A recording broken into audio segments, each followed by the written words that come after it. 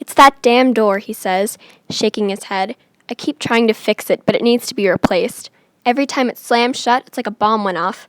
"A crash or something," I say. He looks at me, all curious, but then just nods. "You okay then?" "Oh yeah, definitely," I say lightly, though my head is throbbing. He offers a hand to help me to my feet. Nervously, I glance at the stage, imagining every face turned toward me, staring. But nobody other than the janitor seems to have noticed that I just fell to the floor like I'd been shot in the head. The janitor nods slowly, as if he's reassuring himself. I'm not a lawsuit about to happen. "Okay then, take it easy." He lifts up the vacuum cleaner with one hand and walks out of the auditorium, keys jangling on his belt. Sitting in the last row, I wait for my head to stop vibrating, for the gray spots in my vision to clear. Why the hell would the sound of a crashing door cause me to throw myself to the floor like that? Another question without an answer. I stuff my plastic bag of clothes under the chair in front of me and turn my focus away from my problems and onto the redhead girl sitting on the stage. As if sensing my eyes locked on her, Haley turns and looks up to where I'm sitting, leaning my arms on the seat in front of me, watching her. She squints and then with one hand shields her face from the lights on the stage so she can see me better. Encouraged, I stand up and start walking towards her. Haley hops off the stage and we meet in the aisle. She looks happy to see me. "Hank," she says, and gives me this sweet, shy smile. "What are you doing here?" Well, my dad is in town, looking at houses and property and stuff, and I didn't feel like going along. I went for a walk and ended up here. These lies come so easy. I'm proud and ashamed at the same time. "Does that mean you're transferring soon?"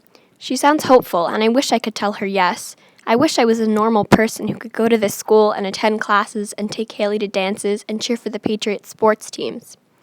"I might," I tell her. "Although it's so late in the school year, I might just hang out in Concord and, do stuff on my own." "Stuff on your own?" "Like homeschooling, to finish up the year." I shrug and go for a confident smile to back it up. She turns her head to one side and crinkles her forehead at me like she doesn't get it. I notice that she's wearing 2 different earrings, a dangly gold musical note in one ear and a silver G clef in the other. "But where are you living if your parents don't have a house out here yet?" "Oh, I have this, uncle who lives in town. I'm staying with him." All these stacked up lies are starting to make me nauseous. I gesture towards the stage. "So, what's going on here?" Haley looks behind her at the stage. "Oh, it's this thing we do every year called the Battle of the Bands, coming up in a couple weeks. It's a big deal with sets and lights and fog machines and stuff. A big deal for us, anyway." "That's cool. You in the show?" I ask. She looks away and shrugs. "Nah, I'm just helping backstage, organizing and stuff." From the stage, the suburban gangster is staring at the two of us. "That your boyfriend?" I jut my chin toward the kid. Startled, Haley follows my gaze. "Cameron?" "No, he lives next door to me, and we've known each other since we were kids." "That's all," she shrugs. "Well, I should get back to work. Stick around for a while if you want." "Sure. Can I help?" I ask her. Haley introduces me to this hyper-blonde lady named Mrs. Coleman, who's obviously in charge of the event. "This is Hank. He's a new student here," Haley says, cutting me a look that says, "Just go with it." "Can he help out?" Of course," Miss Coleman says.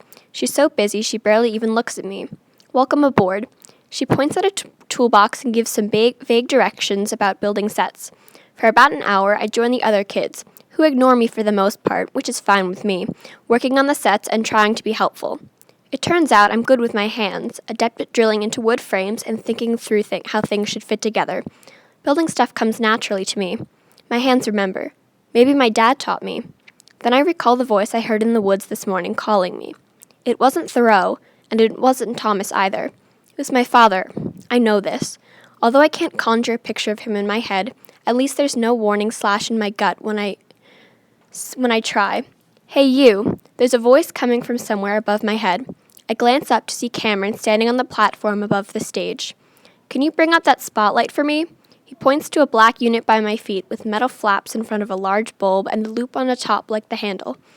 "Sure, it's heavier than it looks." The only way up to the platform is a makeshift ladder, blocks of wood nailed into the wall.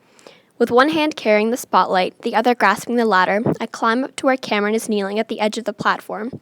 It's hard to stand there and lift up the light without losing my balance, but I manage. Cameron waits a beat longer than necessary to reach out for the light, like he's hoping maybe, just maybe, I'll slip and fall.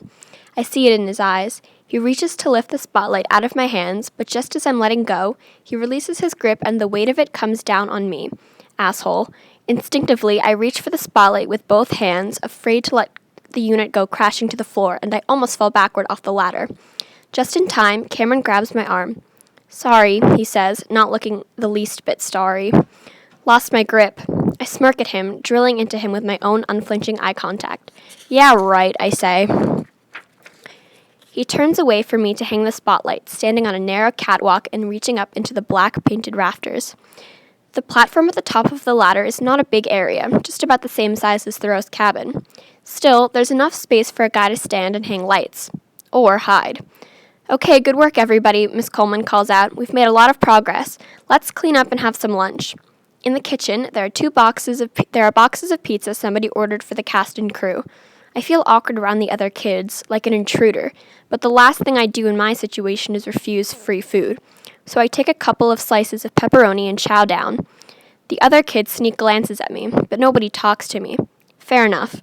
I don't try to start a conversation either. It's hard to talk to people when I'm a stranger, not just to them, but to myself.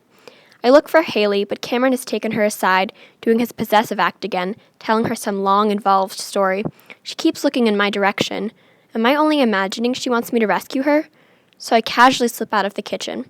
With nothing better to do, I wander into an open room adjoining to the auditorium. There are music stands, lockers, instruments, and random pieces of sheet music scattered on the floor. The band room.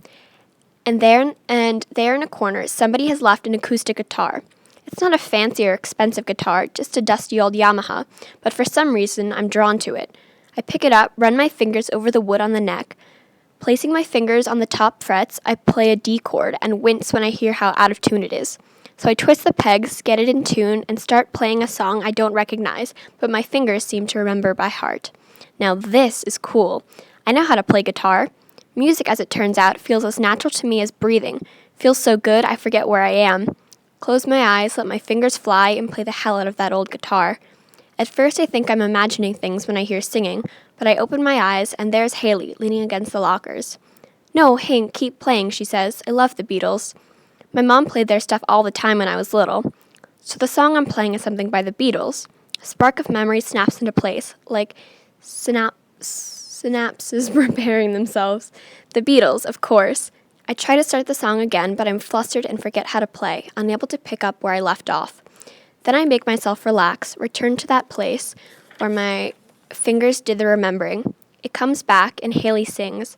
She has a gorgeous voice, silky but with this raspy quality that makes it unique. Sexy. Here and there I miss a chord because I'm distracted by her singing, and she misses a few words, but while we're playing, I feel like I'm on a different planet, a planet where only Haley and I exist, like we've been making music together forever. And as she sings, I listen to the lyrics and remember the name of the song. Blackbird. The last notes of Blackbird hang in the air for a while after we're done, and I hold my breath. Wow, I say at last, you have the most amazing voice. She looks away from me then, shrugs. I don't know, she murmurs, but I can tell she's trying not to smile. So explain to me why you're not performing in the Battle of the Bands. Haley plays with the zipper on her red sweater. Couldn't get a band together. I mean, I did it last year, but it didn't work out this time. When is the show? 2 weeks. That's enough time to pull your band back together, isn't it? Maybe I can help. Call me delusional, call me impulsive, whatever, but under the new influence of music, I feel like anything is possible. Plus, I'd grab any excuse to spend more time with this girl. There's just something about her. I don't know, Haley says. She won't look at me. Last year, there was this thing. But look, it's no big deal. We can talk about this later. Even if we don't enter the competition, we can play together for fun if you want. You still have my number, right? Yes, I say. I'll call you, definitely. She nods and smiles this cool, really pretty smile. I'd like that. Thanks. I set the guitar back in the corner, and together we head down the hallway and into the auditorium. Later, I stand inside the front lobby of the school with the rest of the kids, pretending to watch for my parents' car pulling up in front of the school to fetch me. After Haley leaves, giving me a wave and flashing that dimple, I excuse myself to the boys' room, but nobody seems to hear me or even notice I've slipped away. Perfect. I hang out in the bathroom until all is quiet, and I'm pretty sure the last kid is left. Blending into the hollow silence of the school, I set out to explore. Walking down the empty hallways is kind of creepy, like being the last person left alive after a nuclear attack. But then I start thinking, hey, If there was a nuclear attack and I was the sole survivor, everything I need to keep myself alive is right here at Henry David Thoreau Regional High School. Clothing? All set. Not just the clothes I already own, but when I investigate the boys' locker room, I find a big cardboard box shoved up against the wall in the corner, marked Lost and Found. It's full of t-shirts and gym shorts, collared shirts and jeans, even sneakers and jackets, and some look like they're my size. How rich are the kids in this town that they can completely forget to bring all these clothes home? I'm sure Thoreau would have plenty to say about that. As for food, the cafeteria has all the food I can eat, if I can get past the locked door. Through the window in the kitchen door, I see enormous cans of food like applesauce, tomato sauce, and peaches stacked on the counters. I'd never go hungry. Turning away from the kitchen door, I'm trying to figure out where I can lie down and get some sleep. All the classroom doors are locked. The nurse's office is locked. The library is locked. I'm thinking maybe the best I can do is head back to the auditorium and try to curl up in one of those red seats when a woman in a plaid flannel shirt and jeans comes bursting out of a closet clutching a mop. We collide right into each other and she tumbles backward, landing on her butt on the floor. The keys attached to her belt loop make a jangling crash and the mop goes flying.